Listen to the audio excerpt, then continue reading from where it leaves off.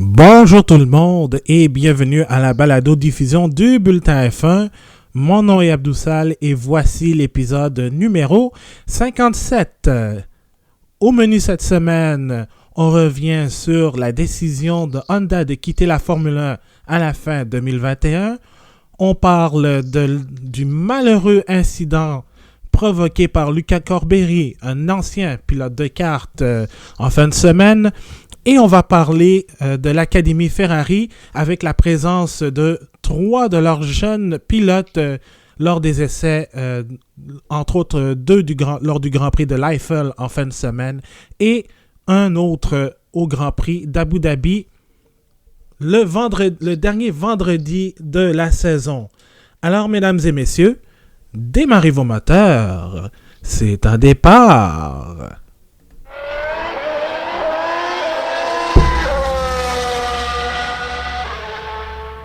Alors, avant de commencer avec notre sujet, Marc-André, Anna-Maria, bonjour. Salut Abdou. Bonjour Marc-André Fortin, ça va bien? Ça va très bien et toi? Oui, ça va bien, merci. Et Anna-Maria Mercado-Lopez, comment vas-tu? Salut, ça va bien. Et toi?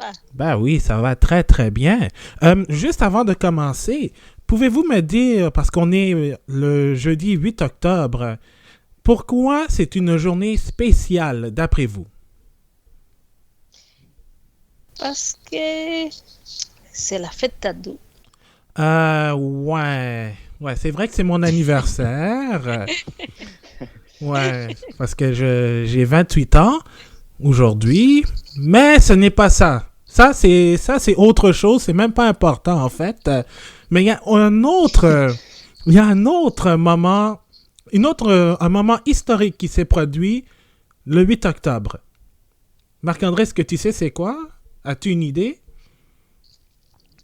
J'ai cru voir sur Twitter que ce serait peut-être une course de Gilles. Est-ce que j'ai la bonne réponse?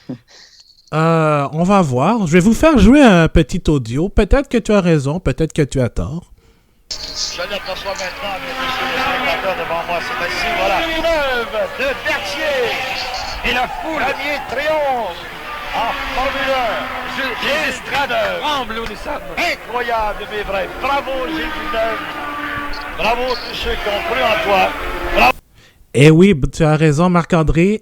C'est bel et bien la première victoire de Gilles Villeneuve le 8 octobre 1978. Et cet audio que j'ai fait jouer, c'est, si je ne me trompe pas, la course en direct diffusée sur les ondes de ici Radio-Canada, donc à la chaîne nationale, donc qui a capté ce moment historique. La première victoire de Gilles Villeneuve en Formule 1 lors du tout premier Grand Prix du Canada disputé sur le circuit de l'île Notre-Dame qui a été construit autour des installations de l'Expo 67 et d'ailleurs il reste très peu, je dirais, pour être gentil, quelques installations de l'Expo 67, mais Gilles Villeneuve a remporté cette course en ce 8 octobre 1978, profitant de l'abandon de Jean-Pierre Jarier sur la Lotus qui menait cette épreuve de manière dominante. Et il y avait une personne qui était outre le premier ministre dans le temps, Pierre-Éliott Trudeau, il y avait Guy Lafleur qui était présent. Puis j'en profite pour souhaiter la meilleure des chances dans ce combat, parce que Guy Lafleur, qui est un ex-joueur une légende du Canadien de Montréal, le club de hockey sur glace, qui a eu une rémission de son cancer du poumon, donc on lui souhaite la meilleure des chances. Et il était présent lors du Grand Prix du Canada 78. Alors, Villeneuve avait gagné cette course. C'était la première de 6 victoires. Et deuxième, c'était Jody Scheckter qui allait devenir son coéquipier chez Ferrari l'année prochaine au volant d'une Wolf qui est une écurie canadienne. Alors, voilà, c'était le petit moment historique en ce 8 octobre. Et oui, bon, il y a mon anniversaire, mais ça, c'est autre chose. Bon, alors, on va passer à un sujet beaucoup plus sérieux et même le sujet le plus important de notre épisode. Tiens, j'ai un autre audio et je pense que vous allez comprendre pourquoi. On va parler de Honda et de Red Bull et de la Formule 1. Zero. He needs a driver and an engine. Eh oui. Alors, Eh oui. Maintenant, Red Bull a besoin probablement d'un pilote pour 2021 et au-delà et aura besoin d'un moteur d'ici 2022 parce que vendredi matin, on a eu la grosse surprise comme quoi Honda a décidé de se retirer de la Formule 1 à la fin de la saison 2021 dans le but, en fait, de se concentrer sur les enjeux environnementaux dans leur voiture, donc l'électrification et tout. Or, c'est une surprise parce que le contrat, justement, du partenariat entre Honda et la famille Red Bull, ce qui implique Red Bull et AlphaTauri, se termine justement à la fin 2021. Donc, c'est une annonce qui est faite à plus d'un an avant la fin de la saison 2021. Donc, évidemment, dans le monde dans l'industrie automobile, on est rendu dans l'électrification. Donc, Honda a décidé de placer ses pions sur l'électrification, sur l'avenir de l'industrie de l'automobile, mais va quand même continuer à utiliser toutes les ressources qu'ils ont utilisées en Formule 1 pour justement concevoir des moteurs hybrides, concevoir aussi des batteries électriques. Entre autres, il y a eu une association un peu plus tôt avec General Motors pour la conception de batteries électriques. Mais évidemment, ça laisse Red Bull et AlphaTauri sans moteur pour 2022.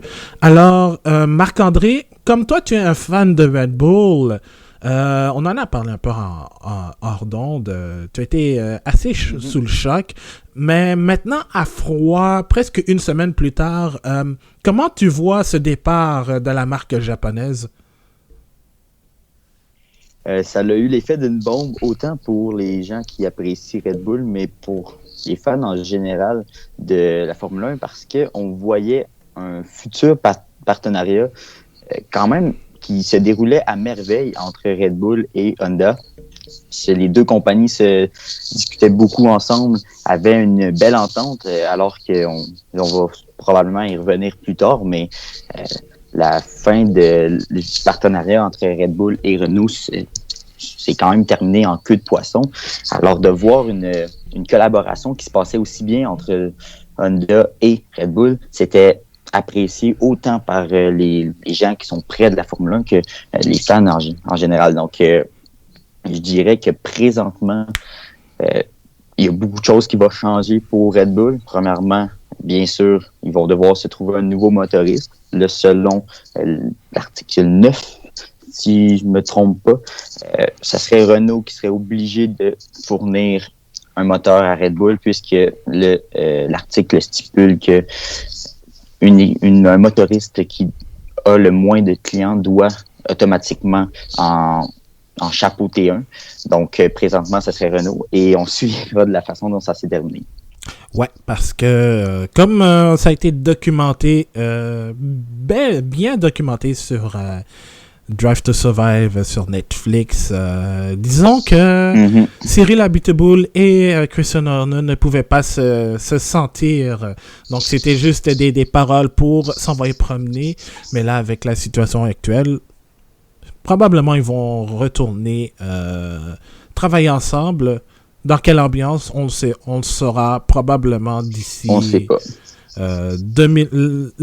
D'ici 2021, à voir s'il y aura une confirmation ou pas.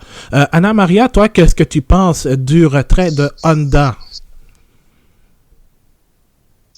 Oui, regarde, parce que c'est surpris, oui, mais quand même, c'est beaucoup de dépenses pour Honda. Tant qu'il continue à la Formule 1 à dépasser, après, dans les IndyCar, il fait le contraire. C'est ça que j'imagine que aussi j'ai joué une partie dans la décision, mais en prenant la chose en froid, pour Red Bull, ça va que c'était pas une surprise. Non, effectivement. Après quelques qu'on semaines, écoute, oui, après qu'on écoute les déclarations, on se rend compte que pour eux, c'est pas une surprise, c'était déjà, ils s'attendaient déjà, comme tu l'avais dit, le deal était signé jusqu'à 2021. Et pour le cas de Renault, oui, ils sont oubliés parce que c'est la seule équipe qui va rester avec pas de clients l'année prochaine. McLaren, ils s'en va chez Mercedes et ils vont rester avec pas de clients, mais il faut prendre non plus les choses à la légère parce que ça change aussi, ça change beaucoup chez Renault. Maintenant, ça va être Alpine. Cyril était déjà nommé chez Alpine et on ne sait pas comment ça va marcher aussi la structure de Renault si il devient un fournisseur pour Red Bull. Ouais. Et justement, il y a... parce que je pense que Red Bull, depuis qu'ils sont en Formule 1, eux, ils veulent qu'ils soient partenaires. Ils veulent trouver un motoriste qui va devenir le partenaire de Red Bull. Donc, c'est-à-dire l'exclusivité. C'est ce qui s'est produit, en fait, avec, à un moment donné, avec Renault, en fait, lors des années de la consécration quadruple de Sébastien Vettel. À un moment donné, parce que, oui, il y avait Lotus, mais Lotus est une équipe qui se gérait elle-même et qui avait des moteurs Renault, mais Renault se concentrait en gros sur Red Bull. Puis lorsque Renault est revenu en Formule 1, ben là, évidemment, il y a eu moins d'impact.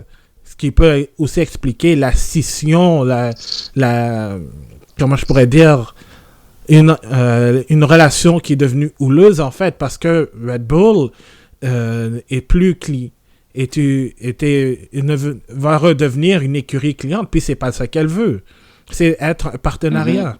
Donc, si tu reviens avec Renault, il va falloir que Red Bull fasse des sacrifices, qu'elle ne soit plus cliente, qu'elle accepte son statut d'écurie cliente en quelque sorte. Mais ça va être très difficile. Et autre chose aussi, parce qu'Anna Maria, tu as parlé de IndyCar et de Honda, qui est un des deux partenaires, un des deux motoristes avec Chevrolet. Il y a une précision importante à faire aussi, parce que la branche Honda qui s'occupe des moteurs en Formule 1 est totalement différente de celle qui s'occupe des moteurs en IndyCar, parce que c'est la division nord-américaine HPD de Honda qui s'en occupe. Alors, donc ça, c'est une précision importante à faire.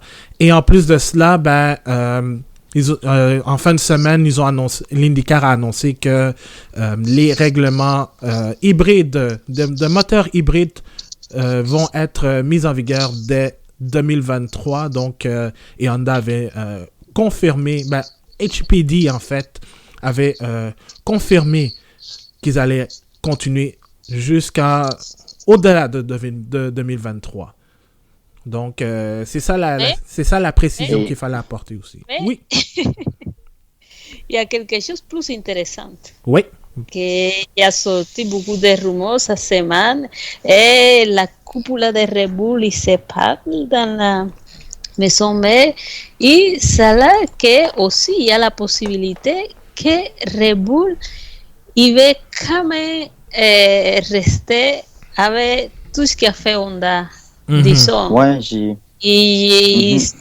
Il achète tout ce qu'on y avait pour développer les moteurs. Et comme tu avais dit, ils sont complètement différents. Il y a des installations juste pour la Formule 1 et à partir de là, où il peut aussi développer son propre unité de potence. Que ça, c'est beaucoup plus intéressant. Oui, exact. Beaucoup plus intéressant. C'est vrai. Vas-y, Abdou. Parce que aussi, on parle aussi d'avoir sa propre unité, sa propre unité de puissance. Il se pourrait même que le projet Mugen Honda revienne aussi, qui était en fait, disons, une sous-division de Honda, en fait, qui s'occupait de fabriquer des moteurs de Formule 1, entre autres. Jordan a été partenaire. Lotus, l'original aussi, vers la fin de son expérience en Formule 1 aussi, avait été fourni, a reçu des moteurs Mugen Honda aussi.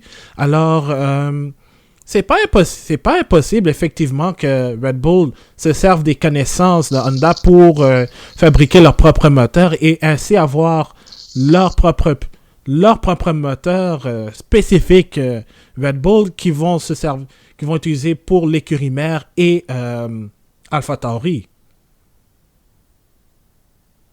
Mm-hmm.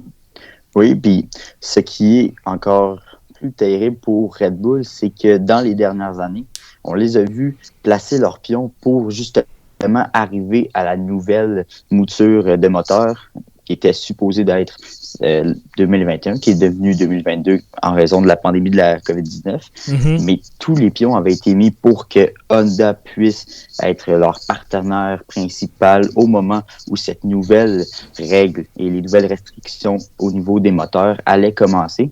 Donc, présentement, on se souviendra qu'en 2019, Red Bull avait donné comme tâche à Toro Rosso, devenu AlphaTauri, de commencer à regarder pour le moteur Honda pour voir quel genre de performance ce moteur pouvait offrir, parce que on se rappelle les moteurs Honda avec McLaren qui n'ont vraiment pas fonctionné.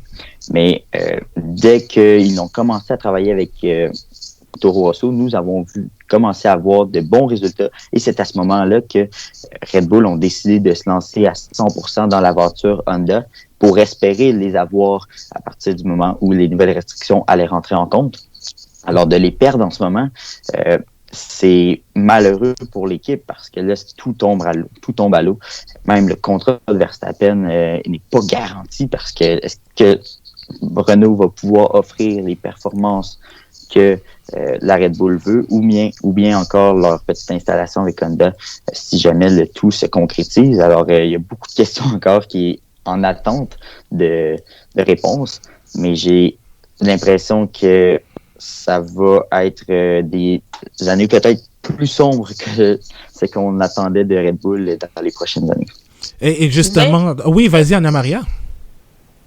Non, mais ça qui est plus dommage, plus sombre, c'est que c'est où qu'il s'arrête la Formule 1. C'est plus dommage pour la Formule 1 que pour Red Bull, parce que l'idée de toute la nouvelle réglementation, de tout ce qu'on fait, c'est tout promis de faire rentrer plus de marques, plus de compagnies qui sont capables de développer des moteurs, d'unités de potence, mais c'est ce que oui, à le contraire, ce qui se passe que Honda ils ont 4, ils sont même pas capables de le retenir.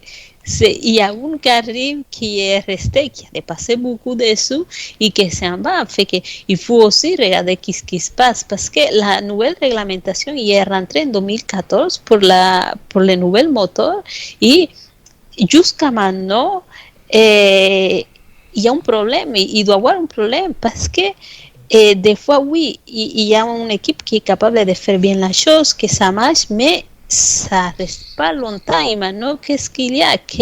On démontre que juste Mercedes y est capable. Et là, c'est qu'on se pose des questions. Comme on le fait avec Ferrari, on dit Ferrari ne gagne pas, mais il y a des problèmes parce qu'ils ont toujours les meilleurs pilotes. Maintenant, la question qu'on se pose fait qu'il y a Renault, il y a Honda qui a ensayé, il y a Ferrari qui fait le travail et qui n'a pas réussi encore, il n'a pas réussi cette année. Quand leur moteur est légal. Et c'est là qu'on dit, oui, et c'est là qu'on dit, mais il faut regarder qu'est-ce qui se passe. Parce que maintenant, il y a un problème. Sinon, on va rester avec une monomarque. On va rester juste avec Mercedes. Et je ne crois pas que Ferrari ou que Renault, ils ne sont pas capables de faire un moteur. Je ne crois pas. C'est ce que je crois, c'est que la réglementation est tellement compliquée qui fait que les autres, ils ne sont pas capables de réussir. Il y a quelque chose que ça ne marche pas parce qu'on ne peut pas endosser tout sur les dos des compagnies, des marques comme Honda. Il a dépassé tellement d'argent, il n'a même pas réussi. Là, il y a quelque chose qui cloche. Oui, et justement, c'est très bien que tu amènes le point, Anna Maria, parce que c'était justement vers là où je voulais aller, en fait. C'est que oui, le départ de Honda va créer un problème pour Red Bull, mais va créer un énorme problème pour la Formule 1 parce que tu te dis, les raisons pour lesquelles Honda quitte, ce sont pour des raisons pour combler le retard sur l'électrification, alors que la Formule 1, comme tu l'as dit, est avec le moteur turbo-hybride depuis 2014, puis ça va même aller jusqu'en 2026, alors que on parle de constructeurs. Il y a Mercedes, Ferrari, Renault et Honda qui sont là. On dit la Formule 1, c'est l'élite du sport automobile, mais tu as 4 constructeurs qui fournissent des moteurs, alors qu'en Formule électrique, tu as Mercedes, tu as Ford, excusez, il n'y a pas Ford, il y a BMW, il y a Audi, il y a Porsche, il y a aussi... Et Renault aussi, et Nissan. Oui, Nissan, mais c'est ça. Renault, Nissan. C'est ça, Nissan parce que Renault fait partie du groupe, parce que Renault et Nissan sont dans le même groupe aussi. Alors, là, on se dit, les grosses marques vont en formule électrique parce que c'est là où justement c'est là où l'enjeu se trouve, c'est vers l'électrification. Alors la Formule 1 doit en fait trouver un moyen le plus rapide pour comment je dirais ça, pour trouver un moyen de avancer, mieux gérer sa situation des moteurs, sa réglementation, parce que en 2026, qui va utiliser des moteurs hybrides? Qui va utiliser des moteurs turbo-hybrides dans leur voiture? Parce qu'il faut aussi que la Formule 1 reste, je vais dire le terme en anglais, relevant en termes de technologie appliquée à la route. Donc, si d'ici 2024, 2025, 2026, tout le monde est passé à l'électrification alors que la Formule 1 continue de travailler sur des moteurs à turbo-hybride, ça va être un énorme gâchis. Alors la Formule 1 doit trouver un moyen de mieux gérer son règlement, sa réglementation, trouver une solution. Est-ce que peut-être même aller vers l'électrification? Je ne sais pas si pour vous c'est un plan viable. Et l'électrification complète, non, ouais. Je pense que c'est pratiquement impossible pour la Formule 1 de... En tout cas, pour l'instant, je ne pense pas que ce soit inimaginable de penser à ça. Par contre, de passer à une façon plus hybride et pour faire plaisir justement à des compagnies comme Honda qui présentement a quitté parce qu'elle sent que le plan d'électrification est peut-être pas à point en Formule 1. Alors, est-ce que c'est possible de tenter de faire plus d'efforts pour changer les choses, pour justement attirer quelques motoristes de ce genre. Mais encore là, je pense que la Formule 1, pour l'instant, doit rester quand même avec le bon vieux gaz. Oui, mais c'est là que je m'en vais, ce qui vient de dire Marc-André. Il faut qu'il reste avec les bons vieux gaz. Il faut prendre la grosse décision. Il ne faut pas essayer de faire plaisir à tout le monde non plus, de faire plaisir à l'environnement, de faire plaisir. Ok, on se met, on fait de mieux qu'on peut pour ne pas contaminer. On fait de mieux avec les gaz, on fait de mieux avec tout, mais il faut que la Formule 1 prenne sa grosse décision. Comme le fait la NASCAR. Mais on est la Formule 1, on reste avec les gaz, parce que si on reste juste avec les gaz, pas l'hybride, parce que l'hybride, ça ne marche pas. L'hybride, ça coûte cher, ça ne marche pas bien, et ce n'est pas une technologie qui est appliquée maintenant. Tous les autos qui ont essayé l'hybride, ça a été laissé pour l'électrique, et quand même, la majorité des autos, des compagnies, c'est des autos à gaz, c'est pas électrique. Oui, l'électrique ça bien, mais c'est pas l'électrique qui prend tous les marchés. Fait que aussi il faut tenir en compte que, par exemple, les fans de la Formule 1, tous les amateurs de sport, de motosport, comme la NASCAR, la Formule 1, on aime ça, les gaz. Oui, on est hypocrite. C'est vrai, on veut que ça soit mieux l'environnement, mais on aime ça, on aime quand on arrive à circuit, ça sent la gomme qui brûle pour Pirelli, ça sent les gaz, c'est ça qu'on aime dans la NASCAR, dans la Formule 1, mais pourquoi pas rester juste avec ça, pas se compliquer la vie. Plus que tu fais plus simple, plus que les marques ils vont venir parce que ça les convient. Maintenant, tout le monde devait faire clean et faire l'électrique parce que ils vont faire la Formule 1. Oui, c'est bon pour les compagnies, mais c'est ça. Ça reste que les amateurs et j'aime aller plus à la NASCAR, la Formule 1, oui, ça marche, mais on dit, oui, on la voit quand un peu, mais c'est pas la Formule 1, c'est ça, ça marche, c'est bien, c'est correct. Maintenant, les extrêmes qui arrivent, oui, c'est des choses que ça marche, c'est ça, mais c'est ça, il faut lâcher un petit peu, et on peut faire des moteurs qui marchent bien, juste avec les gaz, pas trop compliqués, comme maintenant, que si la batterie, que si ça brûle, que si va faire un choc électrique, ça coûte beaucoup plus cher, ça devient compliqué, tellement compliqué, que personne ne veut le faire. C'est ça. Fait que il faut qu'il prenne la grosse décision, parce que sinon, ça ne va pas marcher. Mais est-ce que ça veut dire vraiment retourner dans les V8, V10, V12? Je pense pas, parce que mais sinon tu vas... Non, c'est ça. Mais regarde, maintenant, on a des autos de roues que ça consomme pas beaucoup. Non, c'est 2 litres, ça marche bien. Il n'y a pas besoin d'un gros moteur de... B8 pour être rapide, c'est pas nécessaire, c'est pas là.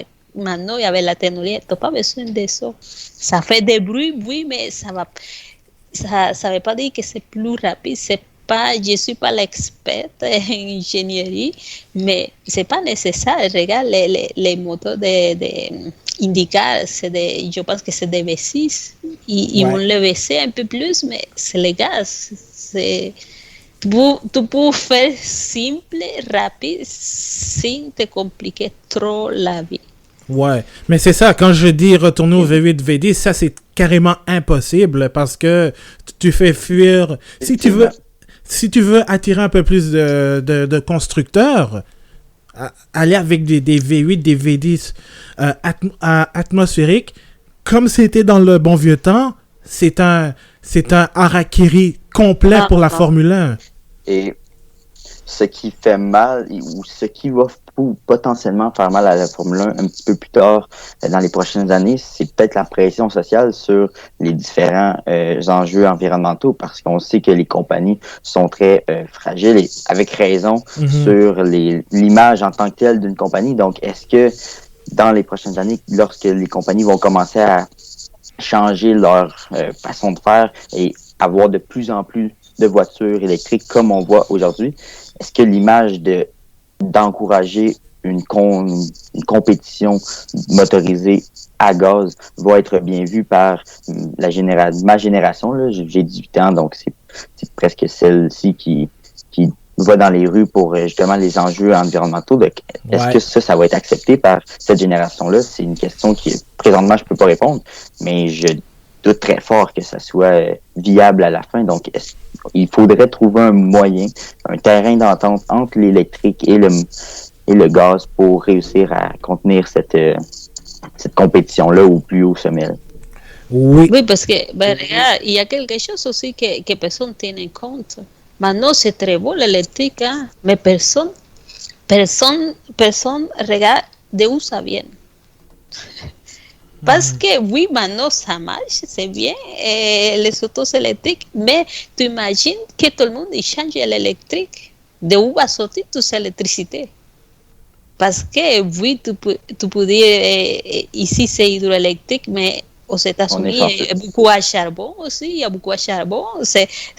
ça pollue moins, ça pollue aussi, faire l'électricité. Oui, ici on dit, on est chanceux, il est hydroélectrique, mais combien de choses il faut sacrifier pour faire l'électricité, même si c'est hydroélectrique. En plus, c'est pas tous les pays qui ont la chance d'avoir assez de eau comme ici. Parce que si tu vas en Europe, il va y avoir beaucoup la nucléaire aussi. Fait que quand tout le monde, il faut que tout le monde fasse son petit examen et regarder qu'est-ce qui nous attend dans le futur. Parce que oui, c'est bien, on dit, on va consommer l'électricité. C'est pas juste changer qu'est-ce qu'on consomme, c'est aussi changer des habitudes. On n'a pas besoin tout le monde d'avoir des autos, de 3 autos à la maison non plus. Ouais. Parce que si tu as juste une auto, tu ne l'utilises pas pour aller travailler, tu utilises le transport en commun, ça rien à... Si électrique ou à gaz, ça change pas grand-chose si tu l'utilises pas beaucoup. Le problème, c'est si tu l'utilises beaucoup. Il faut voir les enjeux plus tard, parce que oui, maintenant on dit l'électrique, mais qu'est-ce qu'on fait si tout le monde décide qu'il change à l'électrique? Il y a des pays qui n'ont même pas l'électricité pour faire fonctionner qu'est-ce qu'on doit avoir des minimums. Parce que pour aller implanter l'auto électrique, ça ne marche pas. En Colombie, ils utilisaient beaucoup l'auto à gaz comme gaz natural. Ouais. Il y avait les autobus à gaz. Ils marchent beaucoup les gaz parce que pas l'essence, sinon gaz. Ouais. Mais il faut garder beaucoup de choses à long terme. Mais il faut garder dans la tête que la Formule 1, c'est comme l'alcool. C'est pour fêter, c'est pas une obligation non plus. C'est ça. C'est à consommer avec modération. La modération a un bien meilleur goût. Donc, non, c'est ça. Je pense aussi la Formule 1, comme vous l'avez dit, a un examen de conscience. OK, peut-être moi, je souhaite qu'elle soit électrique, mais il faudrait qu'elle rachète la formule électrique ou en parlant de gaz, qu'elle devienne justement... qu'elle passe, par exemple, à de l'essence biodiesel, de l'essence qui ne va pas polluer en tant que telle, ou bien tout simplement passer avec des moteurs hydrogène comme ça pour être pour une question d'innovation. Alors...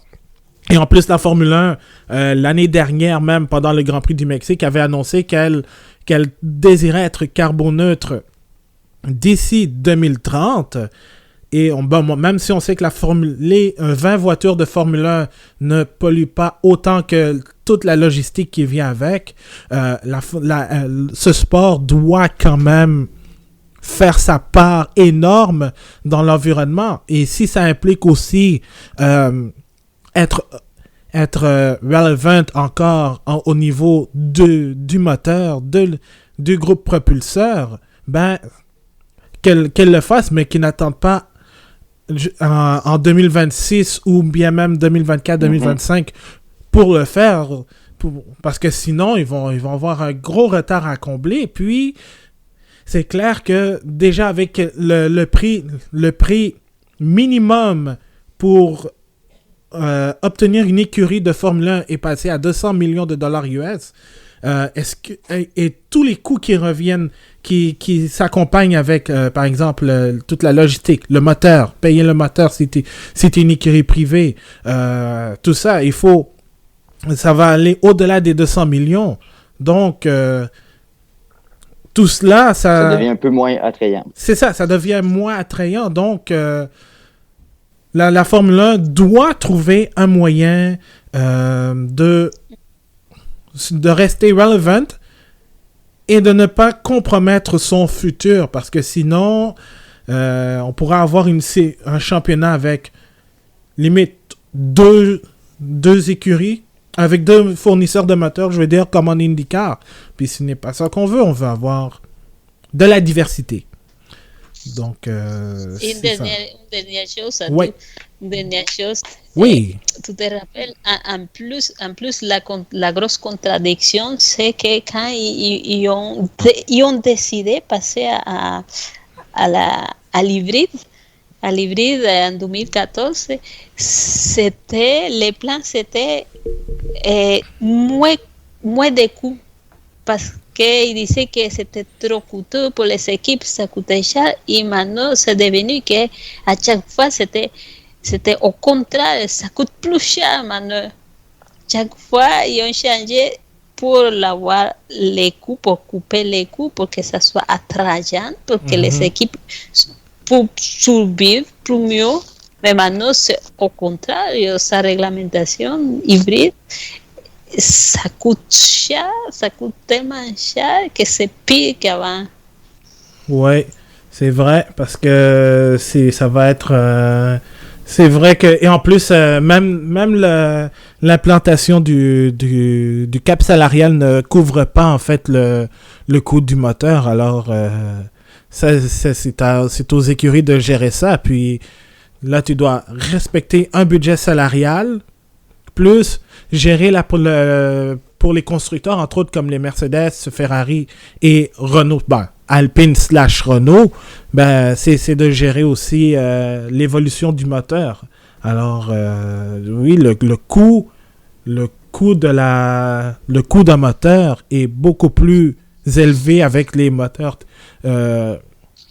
turbo hybrides. Alors, ça va être énormément... Ça va être... ça, c'est un problème. C'est un problème qui malheureusement ne pourra pas se régler, à mon avis. Donc, on va se laisser là-dessus, sur ce sujet, en fait. Donc, que pensez-vous du retrait de Honda? Est-ce que vous pensez que ça va amener la Formule 1 à un gros processus de réflexion? Laissez-le nous savoir sur Facebook, @facebook.com/le bulletin F1, ou sur Twitter, @le bulletin F1, en un seul mot. On va passer maintenant au deuxième sujet, et celui-là, il n'est pas matière à rigoler, même si je vais sortir un audio qui va être un peu drôle. Mais imaginez la scène. On est sur une piste de karting en Italie pour un championnat du monde de karting à Lonato en Italie. Puis vous avez 2 pilotes qui s'accrochent. Un sort de piste et c'est la fin de sa course. Mais là, est-ce que vous pensez... Là, le pilote qui abandonne la course, il est frustré naturellement. Mais est-ce que vous pensez qu'il va se venger sur quelqu'un? En temps normal, non. Mais malheureusement, Ça s'est produit justement à Lonato en Italie, alors que le pilote de 23 ans, Luca Corberi, a lancé le pare-brise de son karting vers Paolo Ippolito, qui l'aurait poussé à la faute en fait. Puis, dans une autre vidéo qui est devenue virale sur les réseaux sociaux, on le voit dans le paddock en train de pousser, de commencer une bataille avec Ippolito. C'est ça, Ippolito, pardon. Puis là, t'as quelques pilotes, quelques membres du personnel qui viennent séparer les deux pilotes. Et il y a un homme en noir qui vient charger comme un joueur de football Ippolito sur le grillage. Et il s'agit du père de Luca Corberi et qui est le propriétaire en plus du circuit de Lonato en Italie. Alors, évidemment, la scène a été filmée, le tour a été filmé, ça a été diffusé aussi. Et naturellement, il y a eu une indignation générale. Même nous, quand on a vu là, on était extrêmement outrés de voir un tel genre de comportement. Et dans tout ça, cela, en fait, ça a diminué la victoire du Français Jérémy Iglesias, qui a été sacré champion du monde. Alors, vous avez sûrement vu la vidéo. Si vous ne l'avez pas vue, on va mettre ça sur notre site bulletinfin.com dans la page de cet épisode. Mais évidemment, Corberi a décidé de quitter la course automobile et tout le monde, même Jenson Button, souhaite la suspension à vie dans n'importe quelle course de Corberi et même de son père qui est propriétaire du circuit. Est-ce que vous pensez... je pense que la réponse est assez facile. C'est une suspension à vie. Hein? Ah, complètement. C'est un comportement que je ne pensais même pas possible de voir en Formule 1. Tu sais, dans des sports où... mettons, le hockey ou même le soccer, on voit des choses complètement débiles, des fois des coups de tête ou des moments où tu te dis ok, le joueur a vraiment pété sa coche, puis ça devient grave pour l'adversaire, mais là c'est à la vitesse d'un karting, je sais pas combien il pouvait rouler, mais honnêtement c'est le geste le plus violent que j'ai vu en Formule 1, mais aussi dans tout sport confondu, ça aurait pu être très dommageable. Un karting, c'est très peu protégé. Donc, honnêtement, c'est inacceptable. Et justement, avec le combat après, là, c'est complètement ridicule. Honnêtement, j'ai été outré de voir ça lorsque j'ai tombé en fin de semaine sur ça. Ouais. Anna Maria? Oui, c'est tellement incroyable, on dirait. Mais... il y a quelque chose à dire, c'est que ça met comme les doigts sur quelque chose. J'écoute beaucoup de monde qui travaille au karting et dit que ça se passe beaucoup de choses au karting, mais tout le monde ferme les yeux. Mm-hmm. Parce qu'il disait que j'ai comparé beaucoup ça à la chicane dans les hockey junior où les parents ils se mêlent de tout. Des fois, et c'est ça, ils m'ont dit, c'est ça qui se passe beaucoup dans les karting, mais il n'y a pas de réflecteurs sobre eux.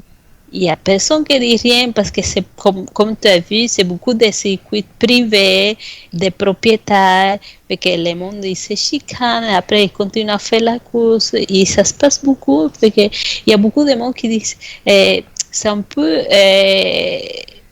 comme fait sombre la victoire, parce que c'est quand même les championnats de karting de la FIA, et ça...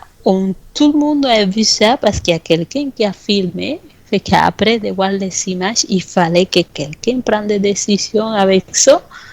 Mais j'étais surpris aussi parce que Felipe Massa, c'est lui le président de karting de la FIA. C'est lui qui s'occupe et normalement, il est très critique quand il se passe quelque chose dans le sport automobile. Lui, on le connaît, lui, il a son opinion tout le temps. Et avec ça, il n'y a pas beaucoup. Mais finalement, les jours après, il y a dit quelque chose, c'est inadmissible ou quelque chose, il faut qu'il fasse. Mais il était un peu silencieux aussi. Parce que j'ai trouvé ça un peu dommage parce que c'est quelqu'un qui parle toujours. Il y avait beaucoup de pilotes, comme tu l'as dit, Button, qui a dit ces mots. Il faut que ça soit moins suspendu. Mais si, la seule raison que je dis, c'est bien que maintenant tout le monde sache. Et parce que ça va mettre un peu. On peut dire comment lumière, mettre la lumière. Ça va, oui, mettre la lumière aussi, ils vont arrêter de faire ça parce que ça se passe beaucoup. Peut-être pas l'action de lancer l'aileron dans la piste, mais des chicanes dans les paddocks, ça se passe beaucoup. Et maintenant, la fédération italienne, il demande la suspension indéterminée des circuits et des pilotes aussi. Mais les pilotes, il a déjà fait son mea culpa. J'imagine que pour recommandation aussi, parce qu'il savait que après que tout le monde a vu ça, les circuits de son père, il y a des problèmes aussi. Oui, il a des problèmes, mais je veux dire...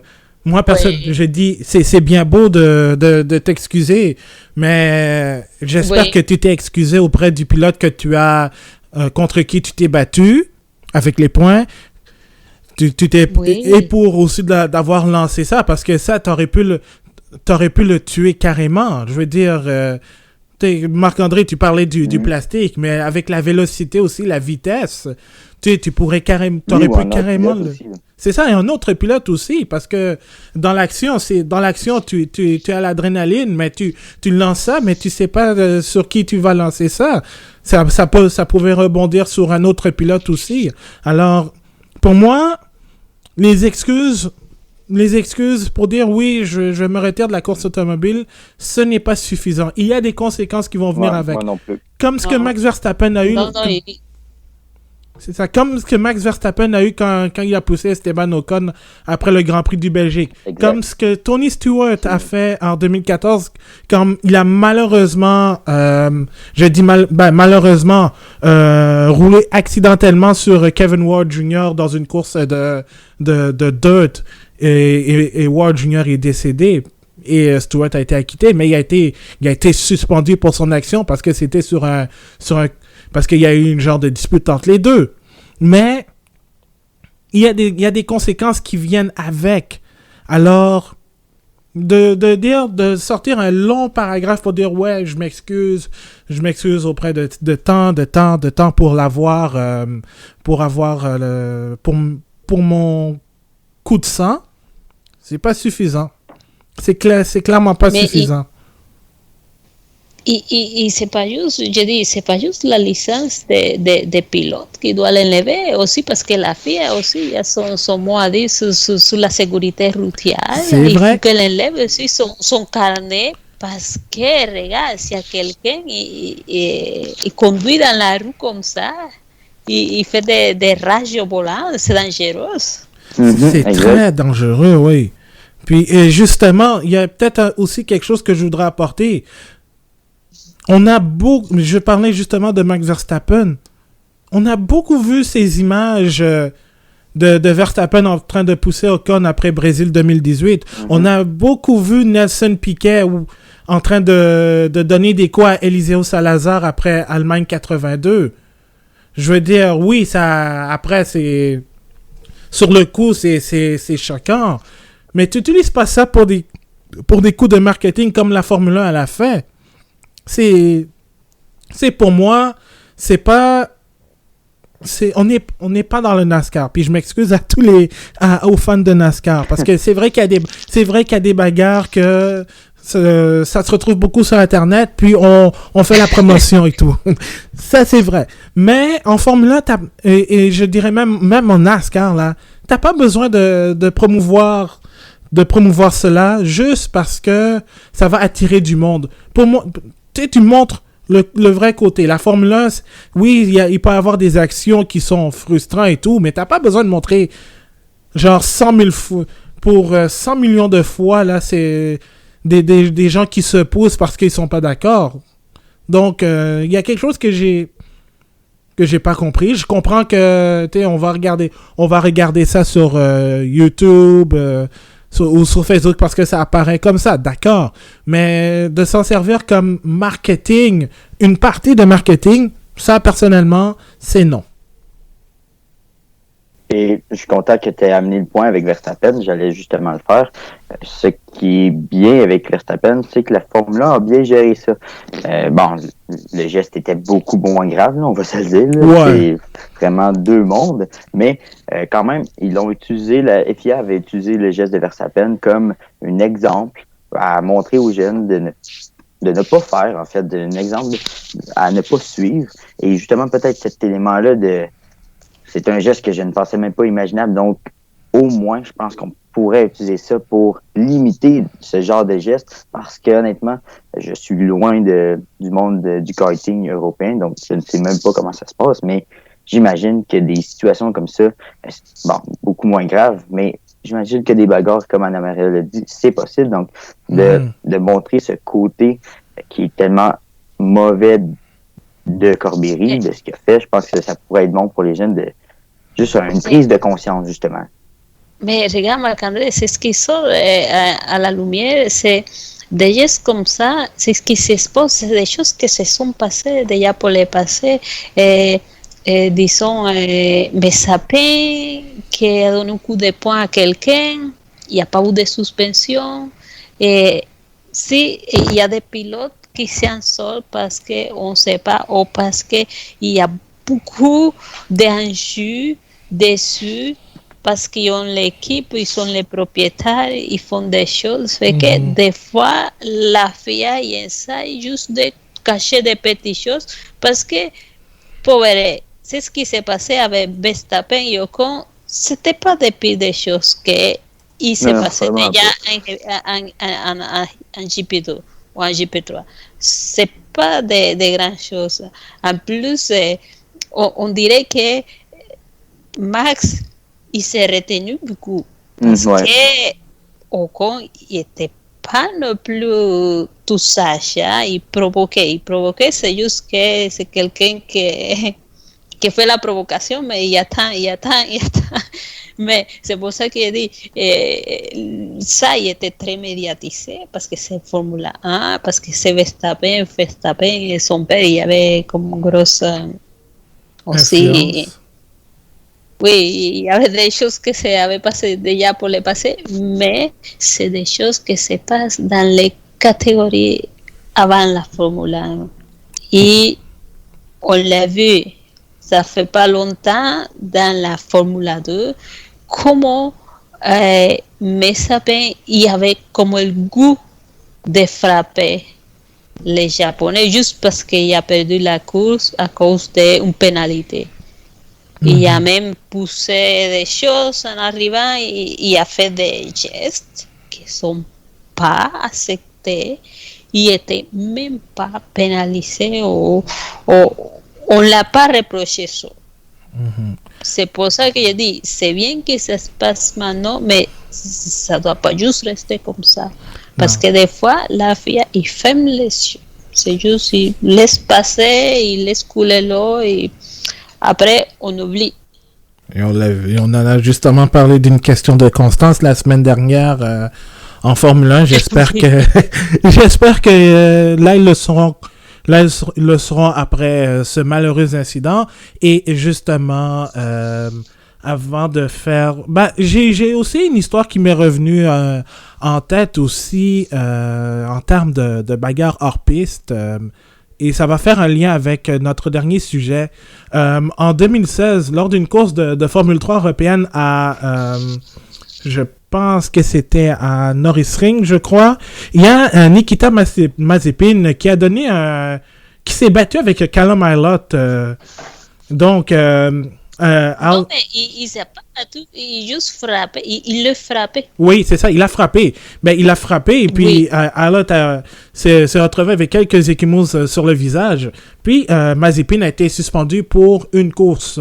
Alors, ça aussi, c'est un exemple de sang chaud qui se passe après une course et qui n'est aucunement justifié. Puis la sanction qui vient avec était justifiée. Donc, ça, c'est un exemple aussi de comportement reprochable, en fait, en course automobile. Je comprends que sur le coup, il peut arriver quelque chose, un accrochage, mais de là à provoquer une bagarre, puis probablement causer des dommages physiques à un pilote parce que tu n'as pas été d'accord. Oui, Ça se règle pas, puis de toute façon, tu vas subir les conséquences, puis ça va te pénaliser encore plus, alors...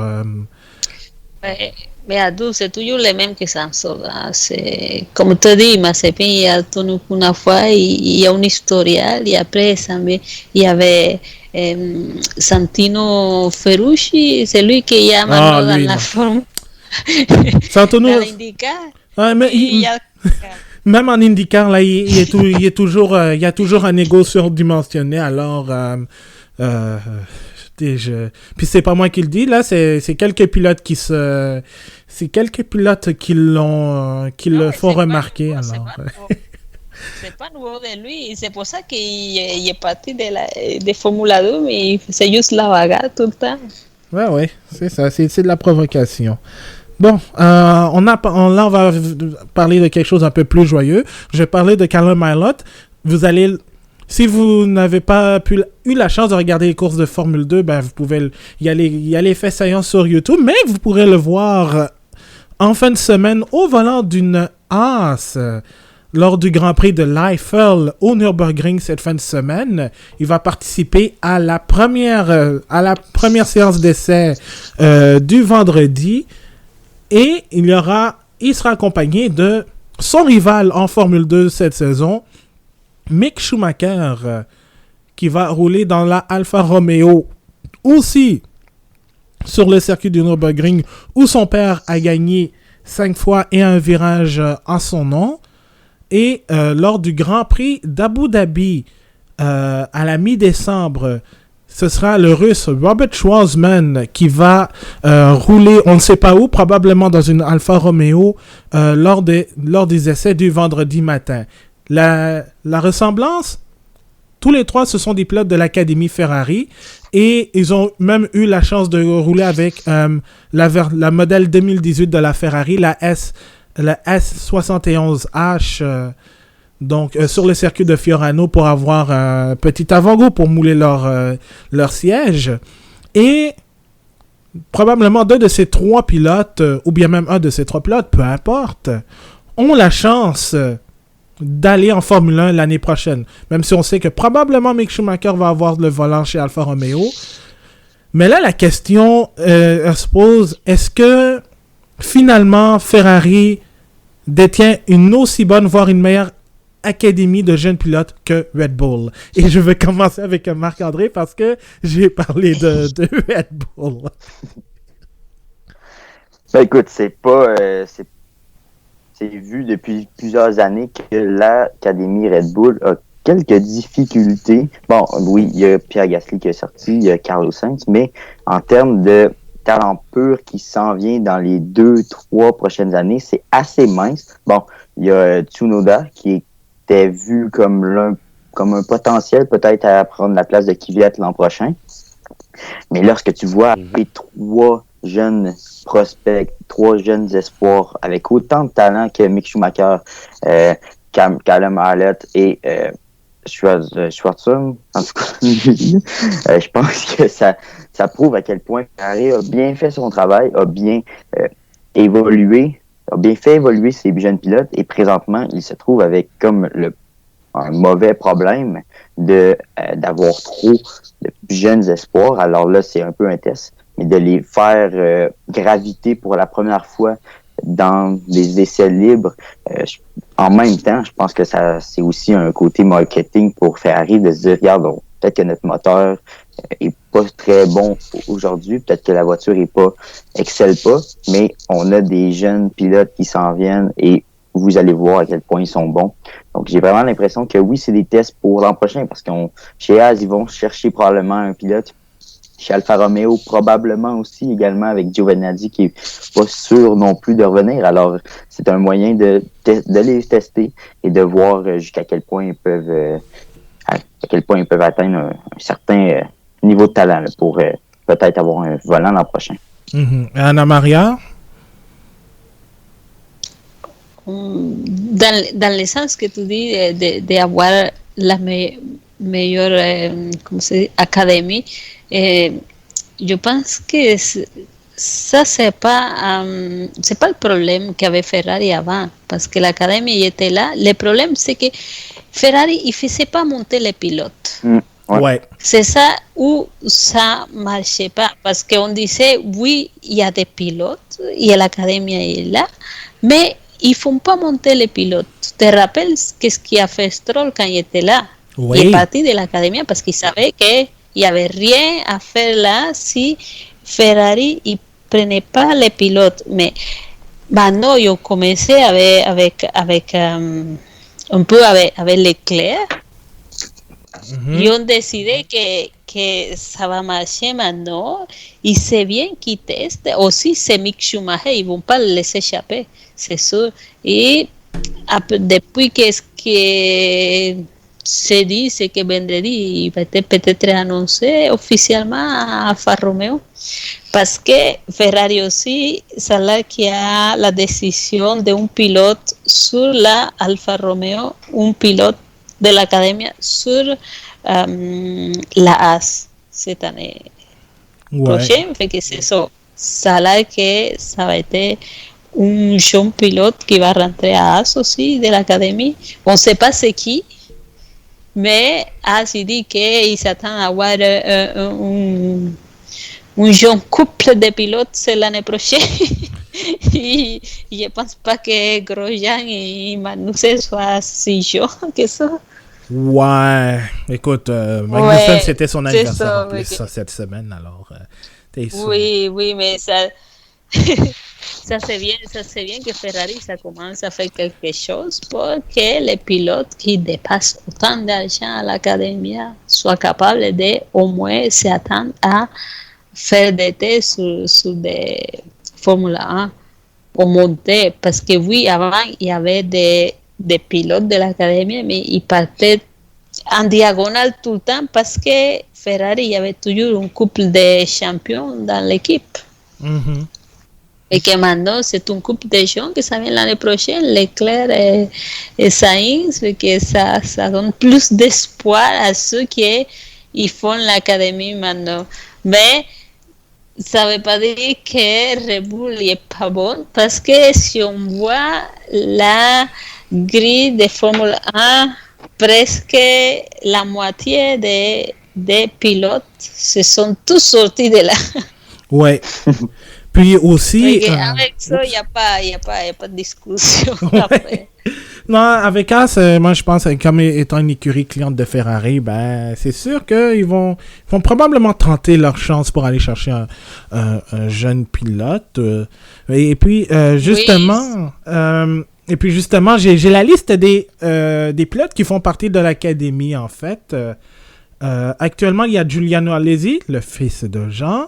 Il y a Marcus Armstrong qui est entré cette année en Formule 2, mais qui est avec l'académie depuis 2017. Il y a Callum Ilott, il y a Robert Schwarzman, il y a Mick Schumacher. Il y a Enzo Fittipaldi qui est présentement en Formule 3, qui est là depuis 2017. Il y a Gianluca Petekoff, si je le prononce bien. Il y a un autre Leclerc, Arthur, le frère de Charles. Mm-hmm. Il y a Dino Beganovic, qui est un Suédois. Puis, évidemment, il y a les pilotes de la série eSports. David Tonizza, qui a remporté le titre en 2019. Il y a Enzo Bonito. Puis, il y a Philippe Preschneider aussi. Mais... il y a quand même des noms très intéressants. Évidemment, Felipe Massa a été le premier pilote, si on peut dire, de cette académie, même si ça n'existait pas, parce que lui, il appartenait à Ferrari, mais ils l'ont fait commencer avec Sauber, il a été pilote d'essai chez Ferrari, puis il est revenu pour rouler avec Sauber, puis le reste, on le connaît. Il y a malheureusement Jules Bianchi, qui est un pilote de l'académie. Il y a Sergio Perez, qui a commencé sa carrière avec Sauber et qui, lui aussi, faisait partie de l'académie avec Bianchi, avant de signer avec McLaren en 2013. Et il a coupé les liens. On a parlé de Lance Stroll. Il y avait Raphaël Marciello, qui était pour moi un très bon pilote, qui aurait pu tenter sa chance au moins en Formule 1. Malheureusement, ça ne s'est pas concrétisé. Il a quand même fait quelques présences lors des essais. Guan Yu Zhou aussi, entre 2014 et 2018, était un pilote de l'académie. Maintenant, il appartient à Renault. Charles Leclerc, évidemment. Il y a Sébastien Montoya. Oui, j'attendais, je dis, il a oublié Sébastien. Ben oui, il y a Sébastien Montoya. Il y a Amos Laurito en e-sports et Gianfranco Giglioli aussi en e-sports. Mais dans la liste, il y en a quand même deux, si on peut compter Lance Stroll, 4 pilotes de l'académie officiellement qui ont été en Formule 1. Alors, je comprends que dans la mentalité Ferrari, on ne veut pas amener de jeunes pilotes tout de suite dans la grosse écurie. Mais ils ont cassé ça avec Charles Leclerc. Peut-être que ça aurait pu être ça avec Bianchi, n'eût été de ce maudit accident de Japon 2014. Est-ce que, je ne sais pas si Sergio Perez aussi, s'il n'y avait pas eu ce transfert de Lewis Hamilton chez Mercedes, qui aurait probablement pu lui permettre d'avoir un volant chez Ferrari dans les prochaines années. Qui sait? Mais remarque... Ouais. Mais remarque... Hey. Tu me dis qu'aujourd'hui, on ne se moquait pas de Ferrari, ok? J'essaye de ne pas me moquer. Mais... C'est immanquable, on dirait. C'est... Hey. Il va falloir que je trouve un épisode où je ne me moque pas de Ferrari. mais tout ça pour dire que quand même, les pilotes qui sortent de l'académie pour la plupart, ont connu de bons succès, autant en Formule 1 qu'ailleurs, parce que il y a Marciello qui est présent, qui a quand même du succès dans les voitures de course, en sports car, en endurance. Il y a Mirko Bortolotti aussi qui a participé en GP3 et qui appartenait à l'académie, qui a quand même gagné avec Lamborghini la série Blancpain en 2017, si je me trompe pas. Source, j'ai le jeu Assetto Corsa Competizione, donc il en fait partie. Mais force est d'admettre que quand même l'Académie Ferrari est assez bonne, mais c'est juste... Mais... Oui, vas-y. Mais oui, à deux, ils ont vraiment, hein, c'est juste, c'est bon. Tu as compris qu'est-ce que je voulais dire? Ouais. Oui, il n'y a pas de problème, ils sont bons. Tout ce qui arrive après, ils vont gagner. Ils gagnent F3 depuis qu'ils sont là. Mais le problème est qu'ils ne font pas évaluer les pilotes à la Formule 1. Tous ceux qui sont Perez, Stroll, oui, ils viennent de l'académie. Ils se sont sortis, ils ont allé à Formule 1, mais ce n'était pas Ferrari qui a fait un effort pour les faire évaluer. C'est pas comme Red Bull qui prend ses gens et dit mais toi tu as le droit d'aller en Toro Rosso, c'est là, ils te mettent là et après c'est ces pilotes qui vont aller à Red Bull, ils vont continuer. Mais regarde, maintenant Ferrari est un pilote qui vient de Red Bull, c'est Sébastien Vettel. L'année prochaine il va y avoir un pilote qui vient de Red Bull aussi, Carlos Sainz. C'est ça, j'ai pas de problème avec l'académie. Oui, ils mettent beaucoup d'argent, ils s'assurent d'être en préma, ça va marcher, c'est bien, mais c'est les après Mais après, il faut chercher pour soi-même. Maintenant, oui, on voit qu'ils font quelque chose parce qu'il y a 3 pilotes qui font faire des tests. Il y a Leclerc qui s'est fait, qui évalue sur la Ferrari, mais c'était pas comme ça avant. Et comme je te dis, même Giovinazzi, il s'est fait évincer de l'équipe.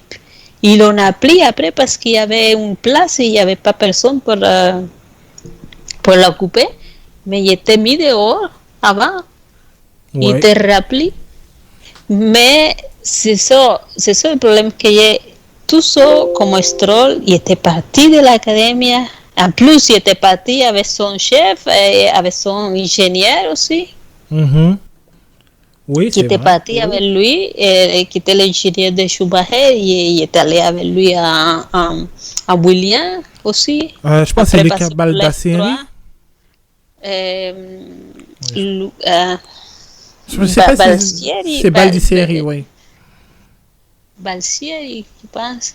Mais oui, mais c'est ça. Mais oui, j'ai pas de problème. Je sais qu'ils sont bons, ils vont réussir parce que c'est pour ça. Et ça c'est pas gratuit non plus.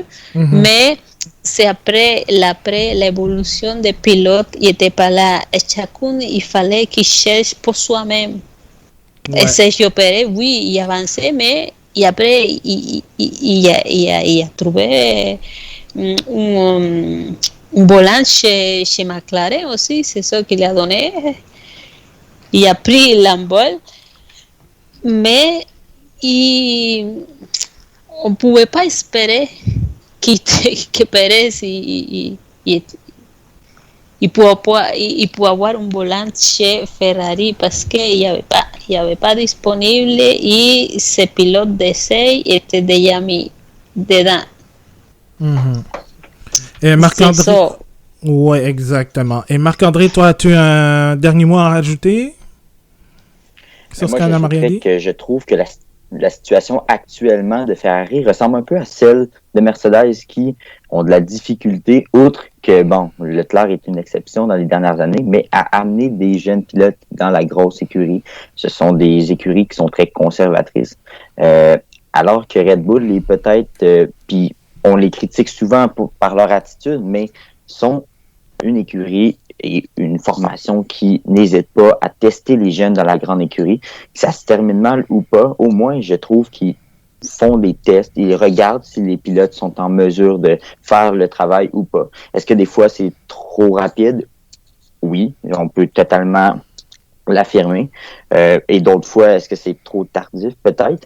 Mais au moins, ils testent des choses et j'ai l'impression que une écurie comme Ferrari, dans les prochaines années, vont peut-être regarder pour faire monter leurs jeunes parce que, par exemple, je pense que Charles Leclerc est là pour un petit bout, mais le deuxième pilote, si Carlos Sainz un jour devient au même niveau qu'un des pilotes de Ferrari, je pense qu'ils n'auront pas le choix de le faire monter. Donc, tu vois à quel point Ferrari doit brasser les cartes pour que leurs jeunes puissent monter. Et c'est la même chose, je trouve, du côté de Mercedes. Donc, un Russell, présentement, qui est comme stagné chez Williams. J'ai l'impression qu'il va rester là jusqu'à temps que Mercedes va en décider ainsi, autrement. Ouais. Que Hamilton ou Bottas décident de partir, en fait. C'est parti. Donc, c'est ça. C'est ce qui complète l'épisode du Bulletin F1. It's time to go!